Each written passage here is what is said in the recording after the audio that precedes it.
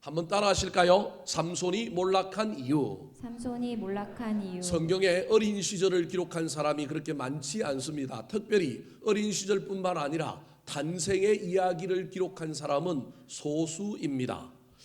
대표적인 사람이 모세가 탄생의 이야기와 어린 시절이 기록되어 있습니다. 사무엘도 탄생과 어린 시절의 이야기가 있습니다. 우리 예수님도 그러합니다. 이런 위대한 사람들과 동일하게 삼손도 그의 탄생과 어린 시절이 성경에 기록되어 있을 정도로 삼손은 위대한 사람의 반열에 들어서 있는 사람이라고 할 수 있습니다. 태어날 때부터 하나님의 사자가 그의 부모에게 찾아와서 너는 사사가 될 거다. 특별히 하나님께 거룩하게 쓰임 받도록 구별된 나시린이 될 것이라고 하는 예언과 함께 태어난 사람입니다.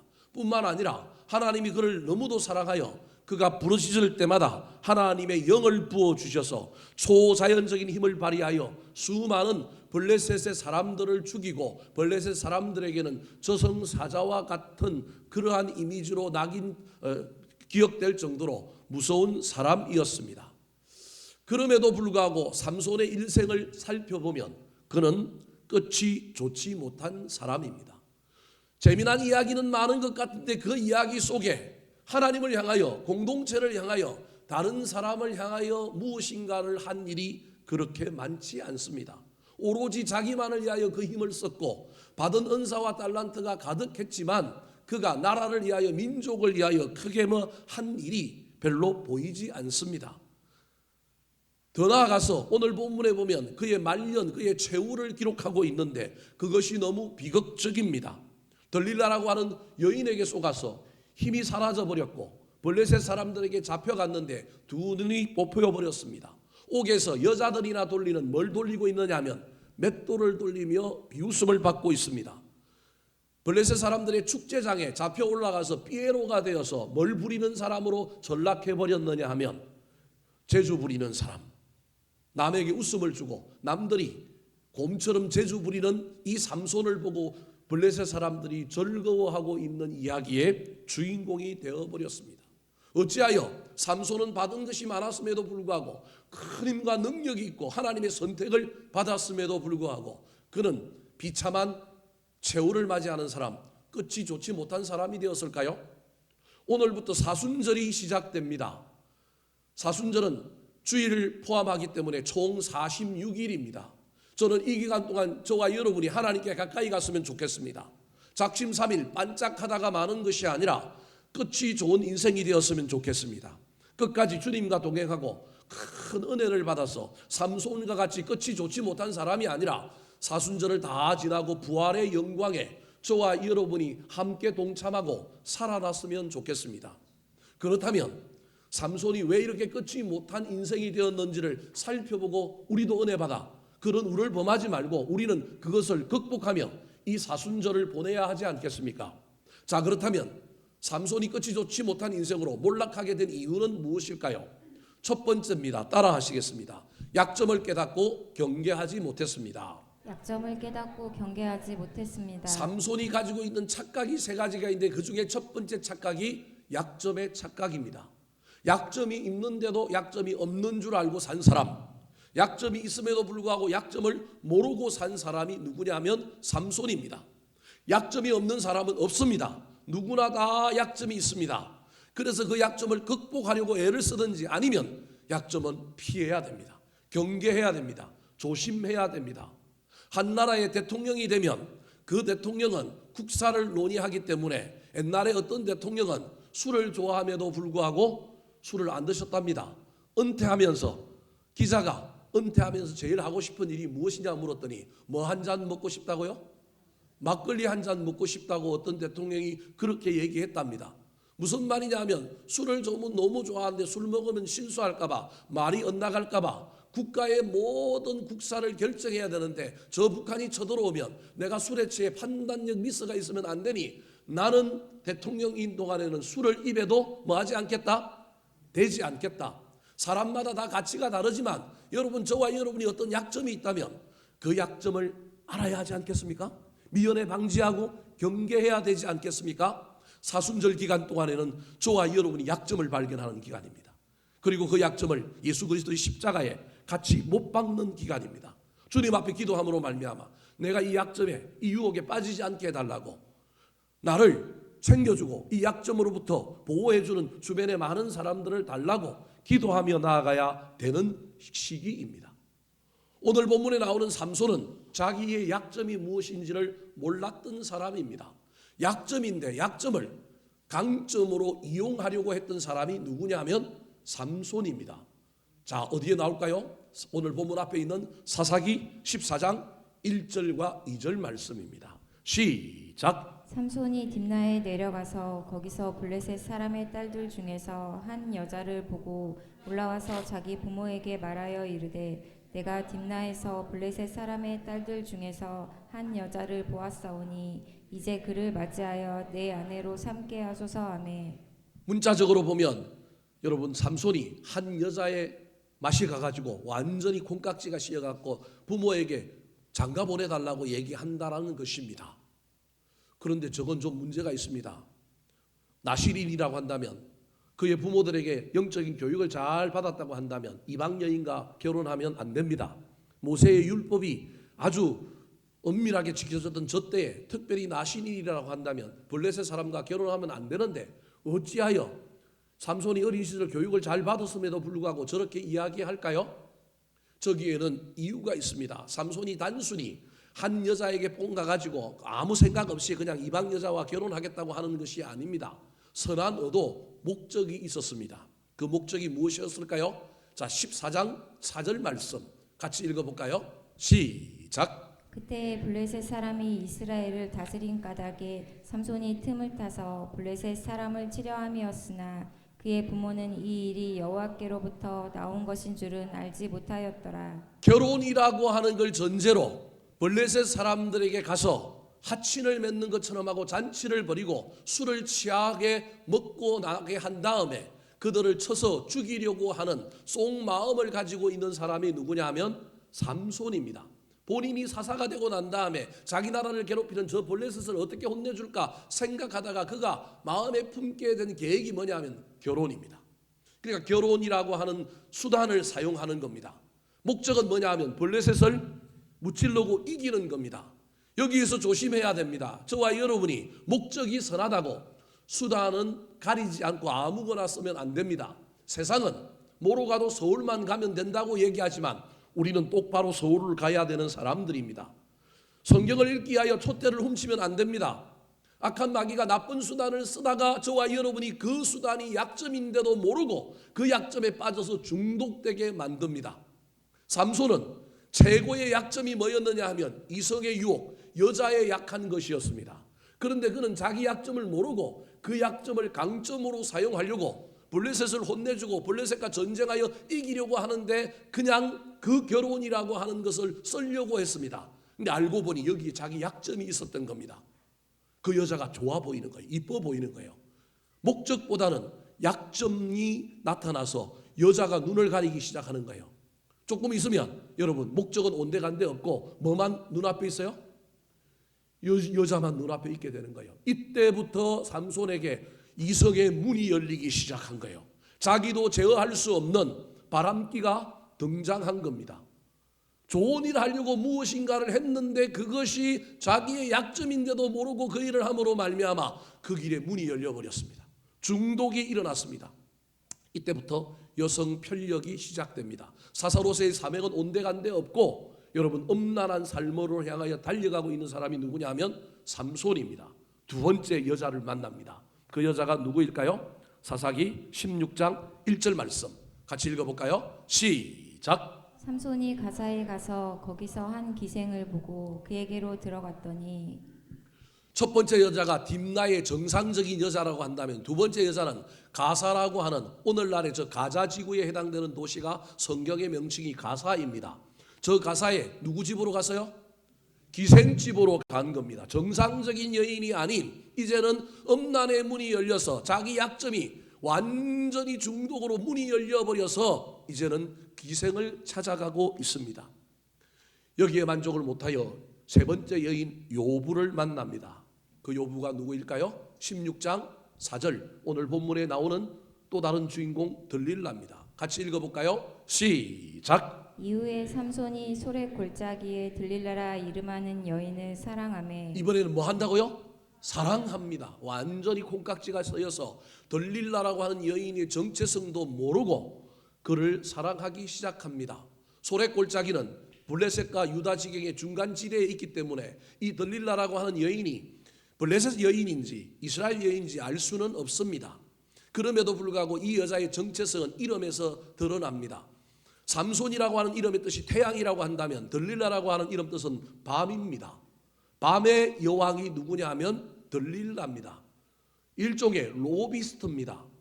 블레셋 사람들에게 로비를 받아서 수많은 돈을 받고 삼손에게 뭘 빼내야 되느냐 하면 삼손의 힘의 근원을 빼내는 목적을 가지고 삼손을 만나고 있는 여인입니다. 얼마나 삼손이 힘이 세고 블레셋 사람을 괴롭혔든지 블레셋 사람들이 삼손을 이길 재간이 없으니까 그 힘이 어디서 나오는지 힘의 근원을 알아서 그것을 없애버리려고 동원한 여인이 누구냐 하면 들릴라라고 하는 여인입니다.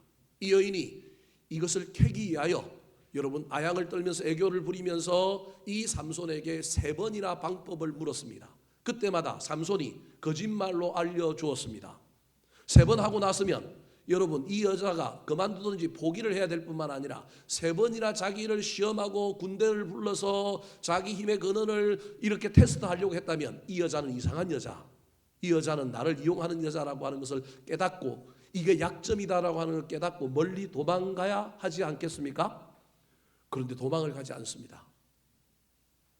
오늘 본문에 이 약점의 자리를 피해야 될 삼손에게 하나님께서 마지막으로 그에게 마음속에 찾아와서 이 약점의 자리를, 이 위기의 자리를 도망가라고 사인을 주셨습니다. 그 사인이 무엇이냐 하면 번뇌입니다. 자, 오늘 본문에 나오는 16절 말씀 같이 한번 읽어볼까요? 시작. 날마다 그 말로 그를 재촉하여 조름해 삼손의 마음이 번뇌하여 죽을 지경이라. 3번이나 자기를 테스트했던 이 여자가 날마다 조릅니다. 이 여자는 여러분 돈 때문에 그러는 거예요. 힘의 근원이 뭐가 중요합니까? 사랑하면 되는데 사랑은 안 하고 돈 받을 요량으로 날마다 삼손을 그냥 붙잡고 너의 힘의 근원이 어디인지를 내놓으라고 얘기합니다. 이때 삼손의 마음에 하나님이 역사하셔서 번뇌하게 했습니다. 두 마음이 싸우게 만든 겁니다. 여러분 나쁜 길로 가야 할 때 두 마음이 내 안에 싸우고 있을 때 이게 하나님의 사인인 줄 알고 저와 여러분이 깨달아야 합니다. 피해야지, 도망가야지, 안 해야지. 분명히 하나님은 우리의 양심 속에 우리의 이성 속에 번뇌하게끔 하는 경우들이 있습니다. 이때 저와 여러분이 정신을 차려서 이때라도 돌이키면 됩니다. 그러면 비극과 파멸의 자리로 나아가지 않습니다. 근데 이때 돌이키지 못합니다. 번뇌의 기회를 주셨음에도 불구하고 여러분 이성이라고 하는 유혹에 빠져서 이 삼손이 들릴라에게 자기의 약점을 알려줌으로 말미암아 힘의 근원을 알려줌으로 말미암아 그는 두 눈이 뽑히고 비참한 인생이 되고 말았습니다. 사랑하는 성도 여러분, 약점 없는 사람은 없습니다. 저와 여러분에게도 약점이 있습니다. 이 사순절 기간 동안에 저와 여러분이 하나님께 기도하는 가운데 나의 강점은 무엇이고 나의 약점은 무엇인지를 주님께 물어봅시다. 깨달읍시다. 그리고 그 약점을 극복하게 해달라고 하나님께 기도합시다. 바울은 자기 인생의 가시를 없애달라고, 그게 약점이잖아요. 하나님께 기도했는데 하나님이 뭐라고 그랬어요? 그것이 내게 족하다. 그래서 극복이 안 되는 거면 뭐 해야 되느냐 하면 피해야 합니다. 바울의 가시가 뭐였는지는 정확하게 알 수 없지만 아마도 안질일 것이다, 눈이 안 좋았을 것이다, 그렇게 추측하는 사람들이 있습니다. 그래서 바울이 악필이기도 했지만 눈이 안 좋으니 성경을 쓸 수 없으니 그의 약점을 그대로 가지고 산 게 아니라 그 약점을 보완하기 위하여 드디오라고 하는 대필자를 하나 구해가지고 성경을 뭐하게 하는 거예요? 쓰게 만든 거예요. 약점은 극복해야 됩니다. 나쁜 약점은 피해가야 합니다. 이 사순절 기간에 저와 여러분이 내가 강한 사람이다, 좋은 점만 있다고 생각하지 말고 죄인이다, 연약하다, 겸손하게 주님께 나아갑시다. 교만한 계절이 아니라 겸손의 계절이요, 나의 약함을 예수 그리스도의 십자가에 못 박는 계절입니다. 저와 여러분의 약함이 여러분 질병입니까? 이번 사순절에 질병을 주님께 맡기고 함께 십자가에 못 박읍시다. 경제적인 문제가 있습니까? 습관의 문제가 있습니까? 중독의 문제가 있습니까? 우리의 연약함을 알고 그 연약함 때문에 악한 마귀가 그것을 통하여 들어와서 나를 넘어뜨리고 나를 무너뜨리지 않도록 경계하고 조심함으로 말미암아 파멸의 길로 가지 않는 저와 여러분이 되기를 예수님의 이름으로 축원합니다. 두 번째, 삼손의 약점. 삼손이 파멸의 길로 갈 수밖에 없었던 이유는 무엇일까요? 따라 하시겠습니다. 영적 착각에 빠져 살았기 때문입니다. 영적 착각에 빠져 살았기 때문입니다. 사랑하는 성도 여러분, 저와 여러분이 착각에 빠져 살면 큰일 납니다. 그런데 우리 그리스도인들이 대부분 착각에 빠져 삽니다. 삼손이 빠져 살았던 착각은 무엇이냐 하면 나실인의 착각입니다. 나실인의 착각은 뭐냐 하면 자기의 정체성을 머리로는 알고 있는데 실제로 살지 않으면서 실제로 이루어져 있지도 않으면서 나는 이루어졌다고 생각하며 나의 정체성을 말하고 있는 것입니다.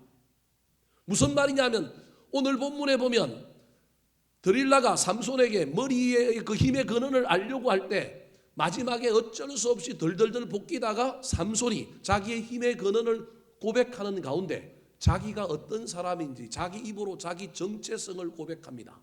근데 알고 보면 그 정체성은 자기의 삶이 아닌데도 불구하고 착각하여 나는 이렇게 살고 있다고 누구에게 고백하고 있느냐 하면 들릴라에게 고백하고 있습니다. 오늘 본문 17절 말씀 같이 읽어볼까요? 자, 17절입니다. 시작. 삼손이 진심을 드러내어 그에게 이르되 내 머리 위에는 삭도를 대지 아니하였나니 이는 내가 모태에서부터 하나님의 나실인이 되었음이라. 만일 내 머리가 밀리면 내 힘이 내게서 떠나고 나는 약해져서 다른 사람과 같으리라 하니라. 들릴라에게 자기 힘의 근원이 머리인데 머리를 내가 지킬 수 있었던 이유는 내가 무슨 인이라고요? 나실인이다라고 하는 자기 정체성을 이야기합니다. 그러면서 자기가 나실인이라고 확신하는 이유 중에 하나가 나는 머리에 뭘 대지 않았다고요? 삭도, 가위를 대지 않았다. 그것 때문에 나는 뭐라고요? 나실인이다. 근데 실제 나실인은 그것만 안 하면 되나요? 민수기에 보면 나실인이 어떻게 해야 나실인이 되느냐 하면 세 가지를 안 해야 나실인이 되는데 지금 삼손은 하나만 안 하고도 난 뭐라고요? 나실인이다라고 이야기하는 거예요. 민수기에 보면 하나님을 너무 사랑하는 사람이 자기 스스로 서운하여 어떤 기간을 정해놓고 내가 하나님을 사랑하기 때문에 하나님께 더 가까이 가려고 내가 무엇을 안 하겠다고 약속하는 것이 나실인의 서원입니다. 나실인의 서원에 세 가지가 있는데 그것이 무엇이냐 하면 다음 하면 첫 번째가 포도주와 독주를 마시지 않는 겁니다. 두 번째가 뭐냐 하면 시체를 만지지 않는 겁니다. 포도주와 독주를 마시면 취해서 내가 하나님을 잊어버리고 있는 거예요. 하나님이 내 안에 없는 거예요. 그래서 나는 성령에 취하여 하나님만 바라보겠다라고 하는 결단으로 포도주와 독주를 안 마시는 거예요. 시체는 죽음을 상징합니다. 죽음의 반대말이 생명이요 거룩입니다. 나는 살아계신 하나님을 사모하고 하나님을 만나는 사람이니까 하나님과 정반대되는 거룩, 특별히 그 거룩에 가장 반대되는 것이 죽음이니까 죽음은 시체는 만지지 않겠다. 세 번째로는 내 머리의 주인은 하나님이니 나는 머리에 하나님이라고 하는 주인을 모시고 있으니 뭘 대지 않겠다. 머리에 가위를 대지 않겠다. 여러분 저건 형식입니다. 형식을 지키는 것만으로 본질이 그 안에 있다고 말할 수는 없습니다. 그러므로 형식을 지키는 것은 그 형식을 통하여 이루고자 하는 본질, 내용이 무엇인지를 잊어버리면 안 됩니다. 저와 여러분 오늘 왜 교회 나왔습니까? 교회 나오는 것이 목적입니까? 누구 만나러 왔습니까? 이게 본질이지 않습니까? 그래서 여러분 그릇이라고 하는 형식 속에는 내용물이 담겨 있어야 그게 완벽한 겁니다. 그릇이 없는 내용도 있을 수 없을 뿐만 아니라 여러분 내용 없는 그릇만 존재해도 공허합니다. 우리의 신앙이 그래야 됩니다. 나실인도 마찬가지입니다. 나실인이라고 하는 규례, 즉 형식, 그릇이 있지만 그 안에 담겨져야 될 것은 하나님 사랑입니다. 하나님을 향한 헌신입니다. 내가 하나님께 쓰임 받겠다고 하는 그 놀라운 이야기가 이 나실인 안에 들어있는 겁니다. 삼손은 태어날 때부터 하나님께서 너는 나실인이다 라고 구별했습니다. 그것 때문에 어린 시절부터 부모님들이 저 세 가지를 금지하게 만들고 하나님께 그 마음이 온전히 가도록 얼마나 많은 교육을 시켰는지 모릅니다. 그럼에도 불구하고 내용은 온데간데 없고 뭐만 남았습니까? 형식만 남았습니다. 여러분, 저와 여러분이 오늘날 교회를 나오고 헌금을 하고 봉사를 하지만 그 안에 주님 사랑하는 것이 없다면 우리도 삼손과 똑같이 무슨 착각에 빠져 사는 사람이라고요? 나실인의 착각에 빠져 사는 사람입니다. 사순절은 이 착각을 다시금 교정해야 됩니다. 다시금 그릇 안에 내용을 채워야 하는 계절이 사순절입니다. 그런데 이걸 전혀 채우고 살지 않은 사람이 누구라고요? 삼손입니다.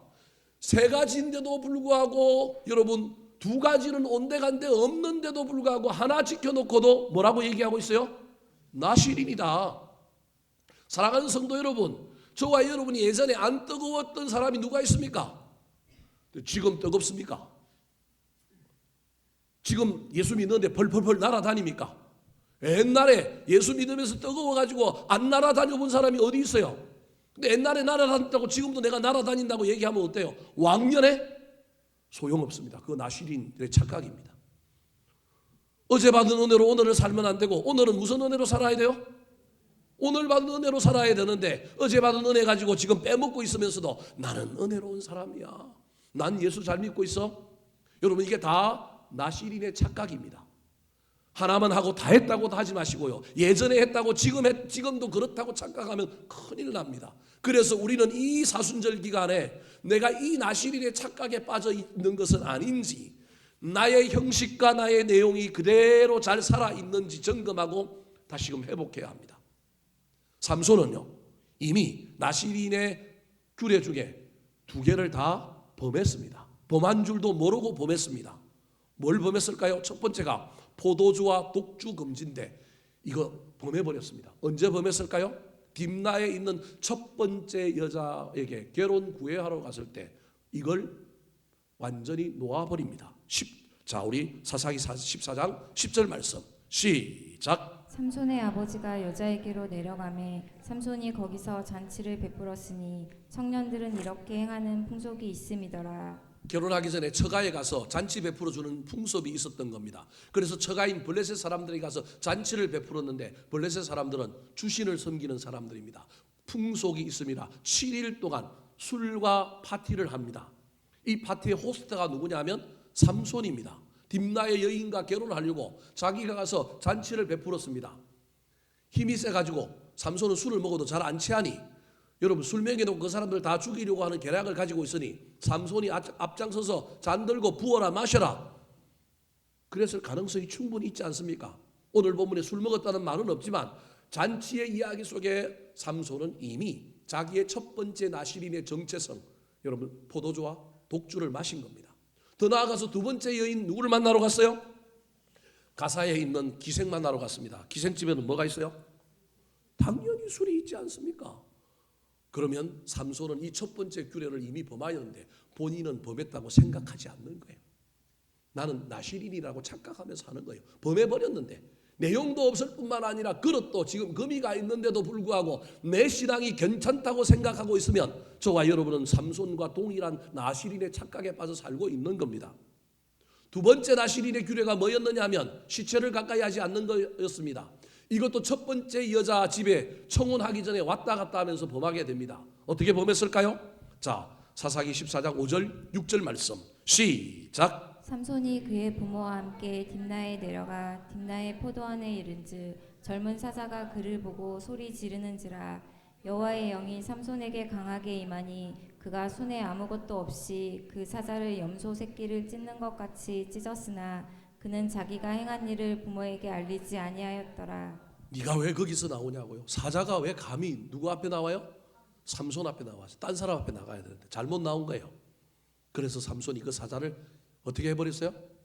염소 새끼 찢듯이 찢어버렸어요. 그리고 딥나의 여인에게 갔다가 돌아올 때 그 사자의 시체에 놀라운 일이 벌어졌습니다. 자, 8절 9절 말씀 시작. 얼마 후에 삼손이 그 여자를 맞이하려고 다시 가다가 돌이켜 그 사자의 죽음을 본즉 사자의 몸에 벌떼와 꿀이 있는지라. 손으로 그 꿀을 떠서 걸어가며 먹고 그의 부모에게 이르러 그들에게 그것을 드려서 먹게 하였으나 그 꿀을 사자의 몸에서 떠왔다고는 알리지 아니하였더라. 부모에게 알리면 큰일 나니까 안 알렸는데 뭐 때문에? 꿀 때문에. 그 꿀 먹고 싶은 생각에 여러분 두 번째 규례를 어기는 거예요. 여러분 저와 여러분의 인생의 꿀 때문에 놓쳐버리고 무시해버리는 신앙의 규범들이 얼마나 많은지 모릅니다. 지금도 세상은 악한 마귀는 꿀을 가지고 우리를 유혹합니다. 우리가 가지고 있는 신앙의 그릇들을 깨트리고 놓쳐버리게 만드는 겁니다. 시체를 가까이 하면 안 되는 나시린이 꿀 떠먹으려고 그 시체를 만집니다. 그리고 그 꿀을 가지고 또 누구한테 갖다 줍니까? 부모에게 갖다 줍니다. 포도주 독주, 시체 금지 둘 다 어겨버렸습니다. 유일하게 남아있는 것이 무엇입니까? 머리에 뭘 대지 않는 거라고요? 가위 되지 않는, 삭도를 대지 않는 건데 이제 이것마저도 어떻게 됩니까?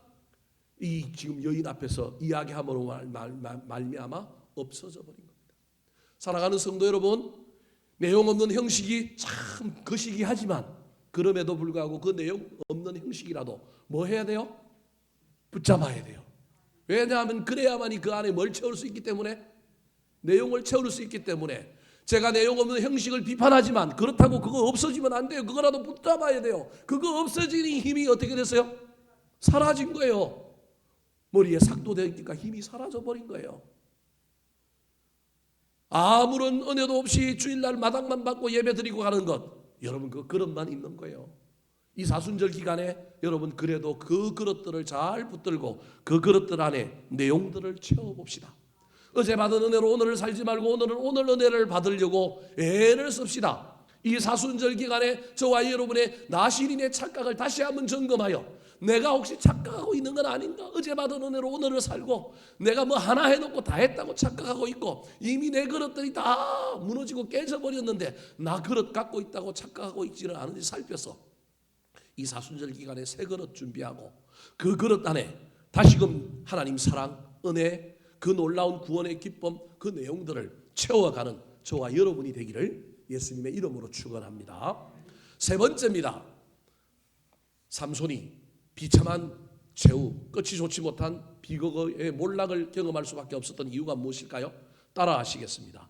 근원을 착각하고 목적을 몰랐습니다. 근원을 착각하고 목적을 몰랐습니다. 삼손이 착각하며 살았던 것이 첫 번째가 약점의 착각이요, 두 번째가 나시린의 착각이라고 한다면 세 번째 착각은 힘의 근원에 대한 착각이었습니다. 우리가 삼손의 이야기를 읽을 때마다 오해하고 있는 것 중에 하나는 들릴라가 삼손의 이야기를 듣고 삼손의 머리를 자르고 나니까 삼손에게서 뭐가 사라졌다고요? 힘이 사라졌다고 우리는 생각합니다. 실제로는 그렇지 않습니다. 우연의 일치일 뿐입니다. 그런데 우리는 그 우연의 일치 현상 때문에 본질을 그렇게 이해합니다. 특별히 오늘 보면 19절을 딱 보면 머리카락에서 힘이 났구나라고 착각할 수밖에 없습니다. 19절 말씀 같이 읽어볼까요? 시작. 들릴라가 삼손에게 자기 무릎을 베고 자게 하고 사람을 불러 그의 머리털 7가닥을 밀고 괴롭게 하여 본즉 그의 힘이 없어졌더라. 머리카락 자르고 나니까 힘이 없어진 거예요. 우리 눈에 보이기에는. 삼손도 머리카락에 자기 힘이 있다고 착각하고 있는 거고, 들릴라도 딱 결과적으로 실험을 해봤는데 머리카락 자르고 나니까 힘이 없어졌으니 힘이 어디서 온 거라고요? 머리카락에서 온 거라고 착각하는 거예요. 근데 사실은 누가 떠났기 때문에 힘이 없어진 거예요? 하나님이. 하나라도 붙들고 있었던 나시린 규례, 머리카락에 삭도를 대지 않는 그 규례 때문에 누가 지금 함께 하고 있는 거예요? 하나님이 함께 하고 있는 거예요.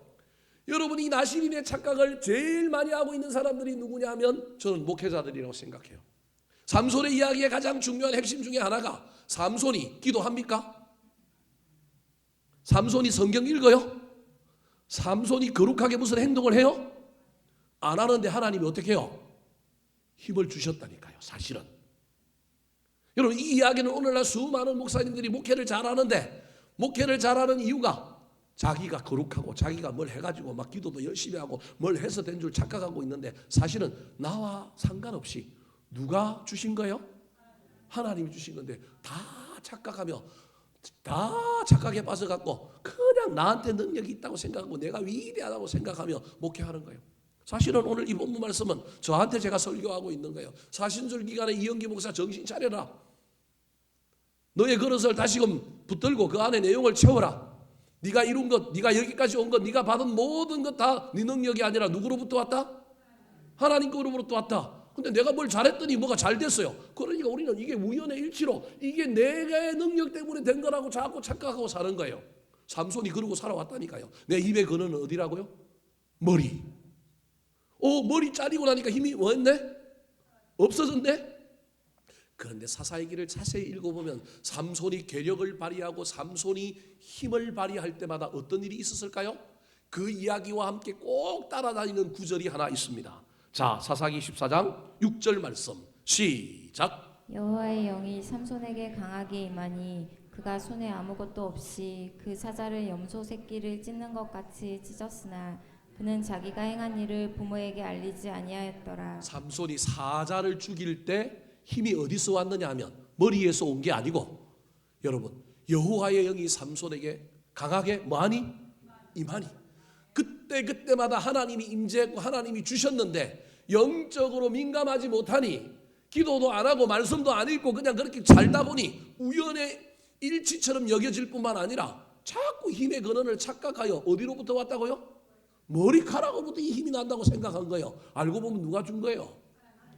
여러분, 저와 여러분이 자본주의 세상에 살면서 우리의 실력, 다른 사람 네트워크, 환경 전부 이것이 전부 머리라고 생각하는 거예요. 우리의 능력이, 우리가 이룬 것이 여기로부터 왔다고 생각하는 거예요. 저와 여러분이 전부 속고 사는 거예요. 세상 사람들은 그러할지라도, 그래서 미신을 믿고 어떤 행위를 하고 어떤 것을 의지함으로 그런 일이 일어났다고 여길지라도 우리 그리스도인들은 절대 그러면 안 됩니다. 우리는 이 모든 것이 누구로부터 왔다고요? 하나님께로부터 온 거예요. 세상은 그렇게 이야기하지 않는다니까요. 지금 드릴라도 삼손도 이게 다 머리라고 알고 있는 거예요. 그런데 하나님은 성경은 분명히 밝히잖아요. 기적이 일어날 때, 놀라운 힘을 발휘할 때 그때마다 누가 함께 해주셨다고요? 여호와의 영이. 기도도 하지 않고요, 그냥 경건하지도 않고요, 신실하지도 않는데도 불구하고 하나님이 이런 사람에게도 은혜를 베푸신다니까요.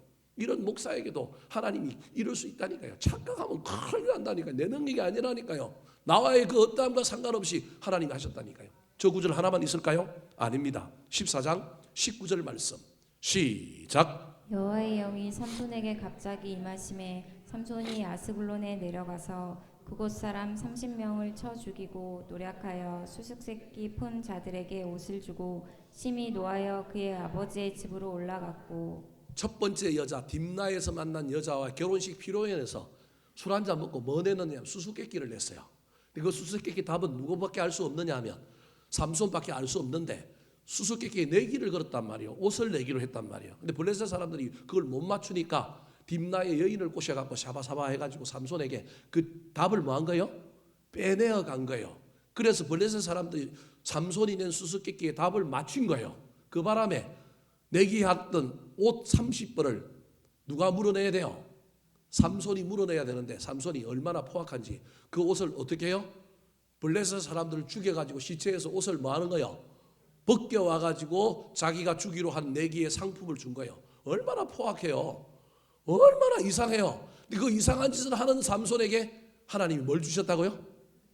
힘을 주셨다니까요. 이게 우리 하나님이에요. 참 우리는 이해가 안 되는 건데 하나님은 이런 인간도 사용하신다니까요. 나라를 위하여을 하는 게 아니고요, 다른 사람을 위하여을 하는 게 아니고요, 자기가 잘못해갖고 수수께끼 내갖고 자기가 당한 위기에, 그리고 그것도 아주 비겁하게 비정상적으로 돈을 버는 것도 아니고 사람 죽여갖고 그 옷 뺏어가지고 내기 값을 무는데 누가 임했어요? 여호와의 영이 삼손에게 임한 거예요. 이게 하나님께로 온 것인 줄 삼손이 알까요? 모를까요? 모르는 거예요. 여러분, 저와 여러분이 모르고 산다니까요. 이게 하나님의 은혜인데 이거 아는 사람만이 은혜를 받을 거예요. 우리는 모르고 산다니까요. 다 내 능력이요, 내 머리에서 나왔다고 지금 착각하는 거예요. 15장 14절 같이 한번 읽어볼까요? 시작. 삼손이 레이의 이름에 블레셋 사람들이 그에게로 마주 나가며 소리 지를 때 여호와의 영이 삼손에게 갑자기 임하심에 그의 팔 위의 밧줄이 불탄 삼과 같이 그의 결박되었던 손에서 떨어진지라. 저 이야기는 삼손이 블레셋 사람들 너무 괴롭히고 잡히지도 않을 뿐만 아니라 못 이길 것 같으니, 여러분, 블레셋 사람들이 유다 지파에게 찾아가고 유다 지파를 협박합니다.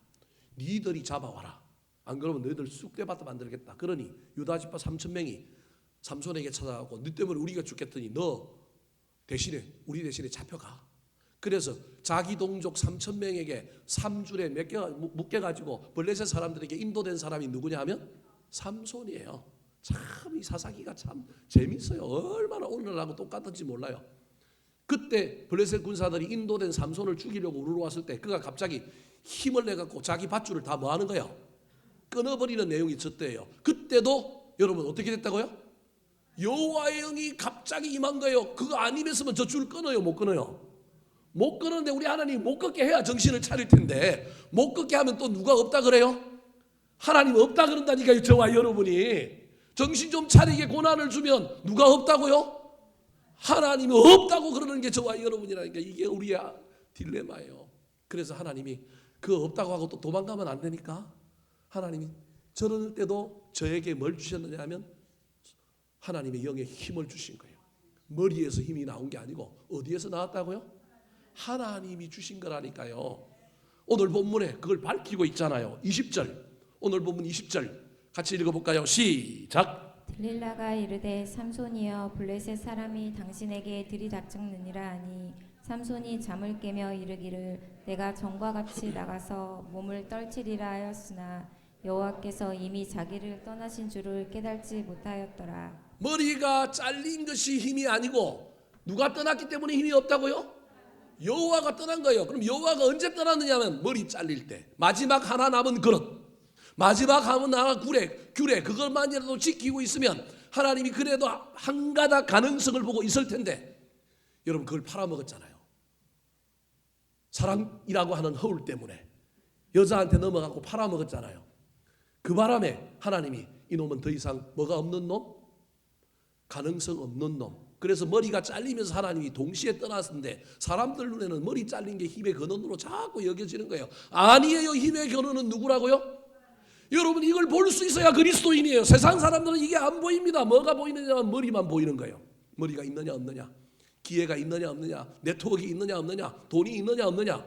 근데 우리는요 그것만 보이는 것이 아니라 뭐가 보여야 되느냐 하면 내 힘의 모든 것은 내가 가지고 있는 모든 것이 다 누구로부터 왔다? 주께로부터 왔다라고 하는 것이 보여야 그리스도인이 된다니까요. 더 나아가서 여러분 삼손의 삶에 가장 부끄러운 것은 무엇일까요? 삼손이 이때 하나님도 떠나고 힘도 사라짐으로 말미암아 블레셋 사람들에게 잡혀가는데 비참하게 잡혀가는 모습입니다. 한번 읽어볼까요? 21절 시작. 블레셋 사람들이 그를 붙잡아 그의 눈을 빼고 끌고 가사에 내려가 노줄로 매고 그에게 옥에서 맷돌을 돌리게 하였더라. 하나님이 블레셋 사람들을 통하여 삼손을 잡아가는데 삼손에게 비인격적인 일을 하나 하는데 굳이 저거 안 해도 되잖아요. 팔다리를 부러뜨려도 되잖아요. 근데 뭘 뺐다고요? 왜 눈을 뺐을까요? 눈 뜨고도 못 보는 인간아, 눈 뜨고도 힘의 근원이 누구로부터 오는 것인지를 모르는 인간아, 내가 너를 나시린으로 삼고 내가 너의 주인인데 주인도 못 알아보는 인간아, 너는 눈 좀 멀어봐야 누가 주인인지 힘이 어디서 오는지를 안다라는 거예요. 여러분 저 아주 악랄하고 아주 비인격적인 이야기지만 여러분 저 이야기 속에 담겨 있는 것이 삼손의 눈을 멀게 함으로 눈을 뜨게 하려는 거예요. 눈이 멀었기 때문에 삼손이 저 잡혀에 가서 여러분 비참하게 삐어로 노릇하고 비참하게 여러분 뭘 돌리고 있냐, 맷돌 돌리고 있는 거예요. 가장 연약한 여자가 하는 것이 맷돌 돌리는 건데 삼손이 힘이 빠져서 너가 아주 힘없는 여자라고 놀리고 있는 거예요. 그 맷돌 돌리고 있는 거예요. 그때 눈이 멀었지만 여러분 삼손이 그때부터 정신을 차려서 눈이 멀었는데 이제 눈이 열리기 시작하는 거예요. 그래서 오늘 성경 뒤에 보면 삼손에 뭐가 자라기 시작하더라 그래요? 머리가 자라기 시작하더라. 그럼 머리에 또 우리는 힘이 생긴다고 또 머리가 자라니까 힘이 뭐 할 거라고요? 돌아올 거라고 착각하는데 그 머리가 자랐다라고 하는 말은 이런 거예요. 주인 대신 하나님을 알아가는 지식, 회개하여 하나님께로 돌아가는 것이 자랐다고 이해해야 그게 훨씬 더 옳다니까요. 왜냐하면요 나중에 삼손이 하나님께 뭘 달라고 기도해요? 힘 달라고 기도해요. 머리가 자라기 시작했으면 힘이 있을 텐데 머리에서 힘이 나온 게 아니라니까요. 삼손이 연회장에서 놀림감이 됐을 때 다곤 신전에 3,000명이 모여있고 모든 사람이 모여있을 때 그가 하나님께 드디어 기도해요. 머리가 자라면서 이제 눈이 멀어갖고 정신이 좀 차리기 시작한 거예요. 자, 오늘 28절, 오늘 본문 뒤에 나오는 28절 시작. 삼손이 여호와께 부르짖어 이르되 주 여호와여 구하옵나니 나를 생각하옵소서. 하나님이여 구하옵나니 이번만 나를 강하게 하사 나의 두 눈을 뺀 블레셋 사람에게 원수를 단번에 갚게 하옵소서 하고. 평생 기도 안 한 사람이 누구예요? 삼손이에요. 죄송합니다만 위기에 당할 때만 기도했는데 그때 여호와의 영이 임한 거예요. 평생 경건하게 살지 않은 사람이 삼손이에요. 한 번도 영적으로 뭘 해본 사람이 없는 거예요. 근데 눈 빠지고 난 다음에 위기에 처하고 난 다음에 비참한 몰락 속에서 그가 드디어 뭘 하기 시작해요? 여러분, 이 사순절에 기도해야 됩니다. 근데요, 이 끝에도 삼손이 함량 미달인 이유는 그가 기도하는데 이 기도의 내용이 뭐예요? 나의 두 눈을 뺀 블레셋 사람 원수를 단번에 갚게 해달라고 힘을 달라는 거예요. 여전히 마지막에도 기도하여 힘을 달라고 그러는데 사적인 복수의 힘을 쓰고 있는 사람, 이게 삼손의 한계예요. 한 번도 나라를 위하여, 공동체를 위하여, 다른 사람을 위하여 살아본 적이 없는 사람. 분명히 뭐로 임명을 받았어요? 사사로 임명을 받았는데 사사로서의 역할을 하는 것이 아니라 모든 힘과 근원과 능력을 누구만을 위하여 쓴 사람이에요? 자기만을 위하여 쓴 사람. 힘의 근원이 하나님께로부터 오는데 그것도 모르고 자기가 힘의 근원인 줄 착각하여 살았을 뿐만 아니라 받은 힘을 가지고 평생 남을 위하여 살지 못하고 자기만을 위하여 살았던 이기적인 사람이 누구냐 하면 삼손이에요. 그래서 삼손이 죽고 난 다음에 성경은 삼손의 마지막을 어떻게 기록할까요? 오늘 본문 마지막 절에 나오는 31절 같이 한번 읽어볼까요? 시작. 그의 형제와 아버지의 온 집이 다 내려가서 그의 시체를 가지고 올라가서 소라와 에스다올 사이 그의 아버지 마노아의 장지에 장사하니라. 삼손이 이스라엘의 사사로 20년 동안 지냈더라. 너무 몸이 건조해요. 삼손은 뭐였다고요? 사사였대요. 그런데 20년 동안 뭐 했더라고요? 지냈더라. 누구를 위하여 지냈어요? 자기를 위하여 지낸 거예요. 얼마나 그렇게 큰 힘을 줬는데, 그렇게 큰 은사와 능력을 줬는데, 하나님이 그를 위하여 어떻게 그를 기대하면서 그렇게 했는데, 근데 그거는 20년을 그냥 누구만을 위하여 지냈다고요? 자기만을 위하여 지냈어요. 다른 사사들은 어떻게 기록해 놨을까요? 대표적인 경우만 한번 살펴볼까요? 자, 사사기 3장 11절 30절 8장 28절 많이 있는데 저 세 구절만 읽어봅시다. 시작. 그 땅이 평온한 지 40년에 그나스의 아들 온니엘이 죽었더라. 그날에 모압이 이스라엘 수하에 굴복함에 그 땅이 80년 동안 평온하였더라. 미디안이 이스라엘 자손 앞에 복종하여 다시는 그 머리를 듣지 못하였으므로 기드온이 사는 40년 동안 그 땅이 평온하였더라. 다른 사사들의 죽음은 그가 죽었지만 그로 말미암아 그 땅이 뭐했다고요? 평안하였더라. 앞에 하면 보여주실래요? 앞에 하면 삼손은 똑같이 사사인데 20년 동안 뭐했더라? 지냈더라. 사사는 공동체를 위하여 쓰임받기 위하여 세워진 사람인데 그 땅을 위하여 뭐 한 일이 없는 거예요.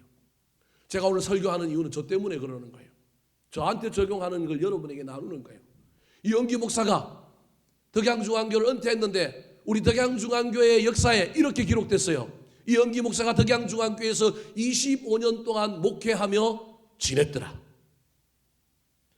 영혼이 얼마나 구원됐는지, 교회가 얼마나 성장했는지, 교회 안에 어떤 일이 일어났는지는 하나도 남은 게 없고 25년 동안 그 교회에서 월급 받고 사례 받고 지 혼자 살다가 뭐 했더라? 지냈더라. 부끄럽지 않습니까? 저는 이 본문을 읽으면서 저한테 적용하면서 이러지 말아야 되는데, 교회에 오래 있으면 매너리즘에 빠지고 사회가 인구가 줄고 예수 믿는 사람들이 주니 교회 부흥은 안 되니까 그냥 또 마음속에 막 그냥 그럭저럭 그냥 겨우 때우려고 하는 마음들이 목사인 저에게도 생긴다니까요. 오래 그런 게 아니고 몇 년 전에 그런 일들이 저한테 있더라니까요. 그러면서 나도 뭐 핑계대고 뭐 그냥 대충 지내지 뭐. 근데 이 말씀이 저를 못 지내게 하는 거예요. 그러면 누구 된다고요? 삼손 되는 거예요. 다음 때의 교회에 잘 물려줄 수가 없다니까요. 사랑하는 성도 여러분, 우리의 모든 힘의 근원은 하나님입니다. 내가 어떤 일을 함으로 뭐가 잘 됐을지라도 그게 힘의 근원이 아닙니다. 세상은 그게 힘의 근원이라고 거기에 목숨 걸라고 스펙을 쌓고 그걸 하라고 얘기하지만 여러분, 신앙이든 우리의 모든 힘의 근원이 하나님입니다. 그래서 우리가 기도하지 않습니까? 그리고 그 힘을 주신 데는 이유가 있습니다. 목적이 있습니다. 나 혼자 잘 먹고 잘 살라고 주신 것이 아닙니다. 나 혼자 잘 지내라고 주신 것이 아니에요. 삼손을 사사로 세운 것은 그냥 지내라고 세운 게 아니라 다른 사사들, 적어도 삼손보다 못한 사사들도 그 땅을 어떻게 했다고요? 평온하게 한 거예요. 사람마다 다 다르겠지만 여러분, 저와 여러분이 내 아들 내 가족들만 위하여 살지 마시고 할 수만 있다면 여러분, 우리도 주신 것을 가지고 조금이라도 나누고 섬기고 희생하고 헌신하며 살아감으로 말미암아 하나님이 우리를 보고 삼손처럼 그 끝이 나쁜 인생이 아니라 훨씬 좋은 인생으로 다시금 인도해 주시고 우리의 가능성을 보고 주님 떠나지 않으시고 우리와 함께 하시는 놀라운 역사가 저와 여러분 가운데 일어나게 되기를 우리 구주 예수 그리스도의 이름으로 축원합니다. 한번 따라 하실까요? 삼손이 몰락한 이유. 삼손이 몰락한 이유. 약점을 깨닫고 경계하지 못했습니다. 약점을 깨닫고 경계하지 못했습니다. 영적 착각에 빠져 살았기 때문입니다. 영적 착각에 빠져 살았기 때문입니다. 근원을 착각하고 목적을 몰랐습니다. 근원을 착각하고 목적을 몰랐습니다.